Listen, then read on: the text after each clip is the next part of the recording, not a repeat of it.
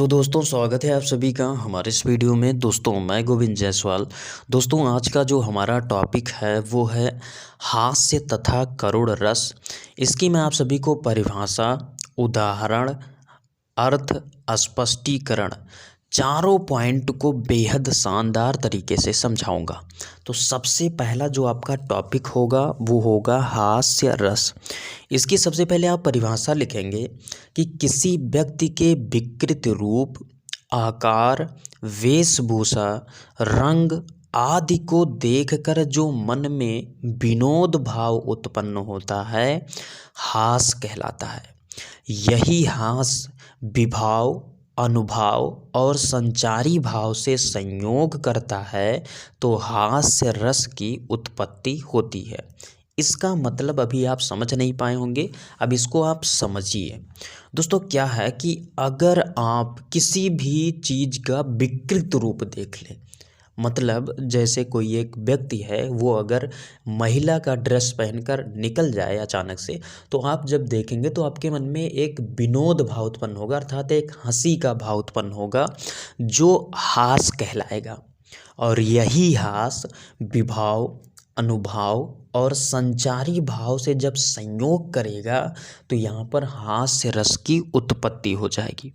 अब आपके मन में तीन शब्द आए होंगे, विभाव, अनुभाव और संचारी भाव। इनका आपको अर्थ नहीं पता कि आखिर इनका मतलब होता क्या है।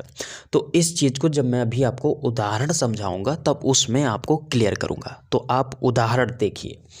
उदाहरण में आप लिखेंगे, नाना वाहन नाना वेशा, बिहसे शिव समाज निज देखा। ठीक, ये आपका उदाहरण हो गया। इसका अर्थ समझिए। दोस्तों ये जो लाइन है इसमें शिव जी अपने बारात जा रहे हैं। ठीक, तो बारात में जब शिव जी जाते हैं तो उनके साथ यहाँ पर पहला शब्द लिखा है नाना। नाना का मतलब होता है विभिन्न विभिन्न प्रकार से। ठीक है, नाना मतलब विभिन्न विभिन्न प्रकार के। वाहन मतलब क्या हो गया कि विभिन्न विभिन्न प्रकार के उनके बारात में लोग गए। ठीक है, तो वाहन मतलब लोग से हो गया। उसके बाद में यहाँ पर लिखा है नाना। नाना का मतलब विभिन्न विभिन्न प्रकार। वेशा, वेशा का मतलब होता है वेशभूषा। ठीक, यानी कि इस लाइन का कहने का मतलब हुआ कि शिव जी जब बारात जा रहे थे तो उनके साथ विभिन्न विभिन्न प्रकार के लोग विभिन्न विभिन्न वेशभूषा को धारण किए हुए जा रहे थे। ठीक, इतनी बात हो गई। उसके बाद में नीचे लिखा है विहसे शिव समाज निज देखा। ठीक, तो शिव ने जब अपने समाज को देखा, विभिन्न विभिन्न प्रकार के वेशभूषा, विभिन्न विभिन्न प्रकार के लोग, तो उनके मन में एक हास नामक अस्थाई भाव उत्पन्न हुआ जिससे उनको हंसी आई। ठीक, और उनको देखकर वहाँ पर हास्य रस की उत्पत्ति हो गई। अब इसका स्पष्टीकरण आप लिखिए। स्पष्टीकरण में आपको 4 पॉइंट लिखना अति आवश्यक है। पहला आपका होगा स्थायी भाव, दूसरा होगा अनुभाव, तीसरा होगा विभाव और चौथा होगा संचारी भाव। ये 4 पॉइंट आपको लिखना जरूरी है। अब यहाँ पर आप समझिए, अस्थाई भाव जो है वो आपका यहाँ पर है हास। ठीक, यानी कि वह भाव जो भाव को व्यक्त करे वही आपका कहलाता है अस्थाई भाव। तो यहाँ पर जो है हास जो है ये आपका अस्थाई भाव हो गया। ठीक, उसके बाद में अब यहाँ पर अनुभाव आया। तो अनुभाव का अब यहाँ पर अर्थ समझिए, चूँकि अभी हमने बताया था कि अभी मैं आपको अनुभाव, विभाव और संचारी भाव का अर्थ बताता हूँ। तो अनुभाव का मतलब होता है जो लोगों के बीच समझ को उत्पन्न करे। मतलब कि यहाँ पर जो हंसी का भाव उत्पन्न हुआ, जब शिव जी ने हंसा तो उनको देखकर लोग, जितने लोग वहाँ पर उपस्थित थे वो भी हंसने लगे। अर्थात यहाँ पर अनुभाव कौन हुए? शिव जी का हंसना।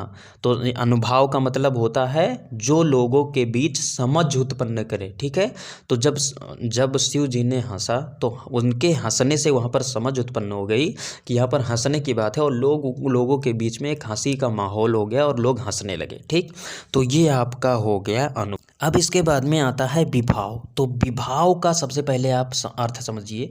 विभाव का मतलब होता है जिनके कारण भाव जागता हो, अर्थात जिनको देखने के बाद में हंसी उत्पन्न होती हो।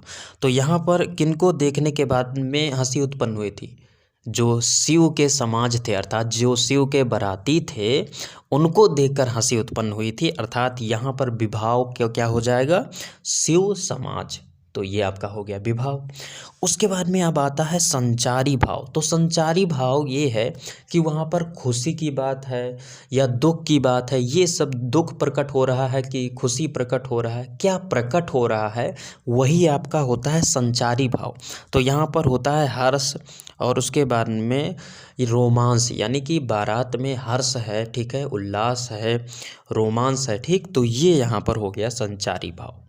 तो आपने यहाँ से हास्य रस को बेहद अच्छे तरीके से पढ़ लिया। अब आपका आता है दूसरा टॉपिक, करुण रस। अब इसकी परिभाषा को आप लिखिए।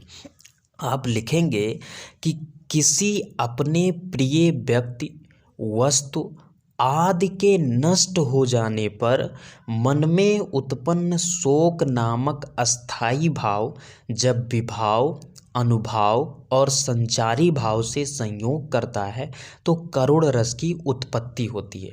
अब यहाँ पर आपको विभाव, अनुभव और संचारी भाव का मतलब पता हो चुका है, चूँकि इसके पहले मैंने आपको बता दिया है। अब यहाँ पर सीधा इसका मतलब समझिए। मतलब इसका ये है कि जब कोई व्यक्ति किसी अपने प्रिय वस्तु का नष्ट कर देता है, यानी कि उसका कोई प्रिय वस्तु नष्ट हो गया, तो उसके मन में शोक नामक एक अस्थाई भाव उत्पन्न हो जाता है, अर्थात उसके मन में दुख हो जाता है, ठीक। और वही जो शोक भाव है जब अस्थाई भाव, विभाव, अनुभाव और संचारी भाव से संयोग करता है तो वहाँ पर करुण रस की उत्पत्ति होती है। अब इसका उदाहरण समझेंगे तो अभी आपको बारीकी से समझ में आएगा। अब इसका उदाहरण लिखेंगे, मणि खोए भुजंग सी जननी, फंसा पटक रही थी शीस, अंधी आज बना कर मुझको, किया न्याय तुमने जगदीश। इस 4 लाइन का मतलब क्या है उस चीज़ को आप समझिए। दोस्तों, आपको श्रवण कुमार के बारे में पता होगा। श्रवण कुमार के जो माता पिता थे वो अंधे थे और उन्होंने कहा कि हमें तीर्थ यात्रा करनी है। तो श्रवण कुमार ने 2 पलरे लिए और एक पलरे में अपने माँ को, एक पलरे में अपने पिता को बैठाकर कंधे पर लेकर जाने लगे तीर्थ यात्रा करने, ठीक। तीर्थ यात्रा करने जब वो जा रहे थे तो अचानक से इनके माता पिता जाहिर करते हैं कि हमें प्यास लगी है, ठीक। तो प्यास लगने के कारण ये जो श्रवण कुमार होते हैं उन दोनों को नीचे बैठा देते हैं और पानी को लेने के लिए वो किसी नदी के पास जाते हैं, ठीक। जब वो नदी में जाते हैं और घड़ा को नदी में बोरते हैं, यानी डुबोते हैं, तो आपको पता होगा जब आप घड़े को नदी में डुबोएंगे तो उसमें जब पानी भरेगा तो कुछ आवाज़ आता है गटगट की, ठीक। तो जब गटगट की आवाज़ आ रही थी पानी भरते समय तो वहीं दूर स्थित एक दशरथ थे, राजा दशरथ। तो राजा दशरथ ने समझा कि वहाँ पर कोई जानवर पानी पी रहा है, तो इससे इन्होंने उस पर बाण चला दी, जिससे श्रवण कुमार को तीर लग गए और उनकी मृत्यु हो गई, ठीक। तो उस समय जो इनकी अंधी माता थी वो ये 4 लाइन बोलती हैं, समझिए इसको। यहाँ पर ये बोलते हैं, मणि खोए भुजंग सी जननी, ठीक। यानी कि जननी मतलब माता हो गया। जैसे एक सांप है, ठीक, एक सांप है, अगर वो अपनी मणि को खो दे तो जैसे मणि खोने पर जो सांप होता है तड़पता है, ठीक वैसे उनकी माता तड़प रही थी, ठीक। उसके बाद में यहाँ पर दूसरे लाइन में लिखा है, फंसा पटक रही थी शीश, ठीक। जैसे मणि खोने के बाद में जो सांप होता है वो अपना फन इधर उधर पटकता है, इधर उधर तड़पता है मणि के लिए, ठीक उसी तरीके से उनकी माँ अपने सर को, शीश को पटक रही थी। ये इतनी बात हो गई अपने पुत्र को खोने के बाद। तीसरी लाइन में लिखा है, अंधी आज बना कर मुझको, ठीक। इसका मतलब समझिए, उनकी माता जो थी वो अंधी थी, ठीक। तो वो कहती हैं, अंधी आज बना कर मुझको, यानी कि हे भगवान मुझे अंधी बनाने के बाद में किया न्याय तुमने जगदीश, ये कैसा न्याय किया भगवान। तो ये इसका पूरा अर्थ हो गया, ठीक। अर्थ आपको बहुत ही अच्छी तरीके से समझ में आ गया होगा। अब इसके स्पष्टीकरण को लिखिए। हमने आपको बता रखा है कि स्पष्टीकरण में 4 पॉइंट को लिखना अति आवश्यक है। पहला अस्थाई भाव, दूसरा अनुभाव, तीसरा विभाव और चौथा संचारी भाव, ठीक है। अस्थाई भाव तो आपको पता है शोक है, ठीक, तो शोक आप लिख दीजिए। उसके बाद में अनुभाव, अनुभाव का हमने मतलब क्या बताया था, जो लोगों के बीच समझ उत्पन्न करे कि वहाँ पर आखिर चल क्या रहा है। ठीक, तो यहाँ पर समझ, अनुभाव क्या है, सिर पटकना, यानी कि जब उनकी माता वहाँ पर सिर पटकने लगेगी तो वहाँ के लोग अगर देखेंगे तो वहाँ पर तब जाहिर होगा कि आखिर यहाँ पर हो क्या रहा है, वहाँ पर दुख है या खुशी का माहौल है, ये चीज़ इनके सिर पटकने से पता चलेगी। तो यहाँ पर अनुभाव का मतलब क्या हुआ, सिर पटकना। उसके बाद में यहाँ पर विभाव, तो विभाव का अर्थ हमने क्या बताया था, जिनके कारण भाव जागता हो।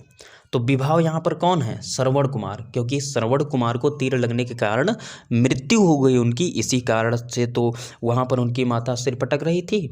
तो यही हैं जो वहाँ पर भाव को जगाते हैं, अर्थात विभाव क्या हो गया, श्रवण कुमार हो गए।